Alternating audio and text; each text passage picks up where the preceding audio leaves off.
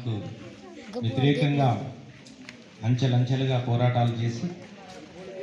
భారతదేశం 1856 నుంచి నేటి వరకు కూడా అనేకమైనటువంటి అవంతరాలను ఎదుర్కొని వలసవాదులకు వ్యతిరేకంగా అనేక పోరాటాలు కొనసాగించి అందులో భాగంగా చివరి దశలో గాంధీ నాయకత్వంలో అహింసా పద్ధతి లోపల భారత స్వతంత్రాలను మనము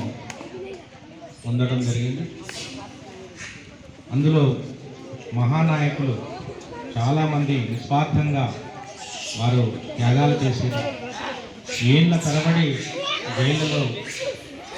భారతదేశ రాష్ట్ర శృంఖలాలను కోసం ప్రయత్నం చేస్తున్న క్రమం లోపల వారి కుటుంబాలను వ్యక్తిగత జీవితాలను విచ్ఛిన్నం చేసుకొని భారతదేశాన్ని స్వతంత్ర ఫలాల వైపు మళ్ళించినటువంటి వాళ్ళు గాంధీతో పాటు అనేక మంది నాయకులు సుమారుగా 26 సంవత్సరాలకు పైగా జైల్లో ఉన్నటువంటి నెహ్రూ మొట్టమొదటి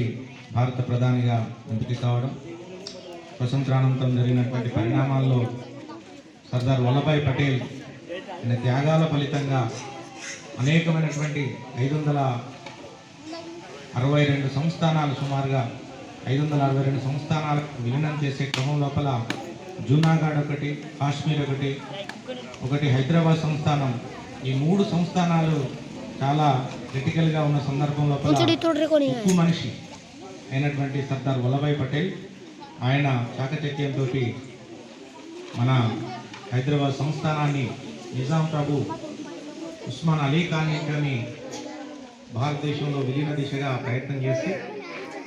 ఆపరేషన్ పోలోకు నాయకత్వం వహించి మొట్టమొదటి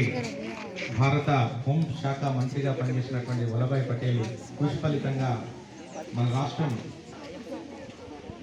1 సంవత్సరం పాటు లేటుగా 1947 ఆగస్టు 15వ తారీఖున స్వతంత్రం భారతదేశానికి వస్తే 1948 సెప్టెంబర్ 15న మన రాష్ట్రానికి గట్టిగా చప్పట్ల ద్వారా జాతీయ పతాక ఆవిష్కరణ మహోత్సవాన్ని ఓకే సెల్యూట్ జనగణమన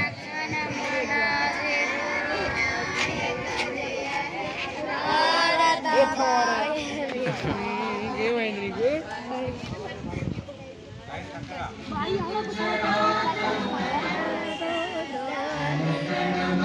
అధినాయక జయ హే భారత భాగ్య విధాత పంజాబ్ సింధ్ గుజరాత మరాఠా ద్రావిడ ఉత్కళ గంగా వింధ్య హిమాచల యమునా గంగా ఉచ్చల జలధి తరంగా तव शुभ नामे जागे तव शुभ आशीष मांगे गाहे तव जय गाथा जन गण मंगल नायक जय हे भारत भाग्य विधाता जय हे जय हे जय हे जय जय जय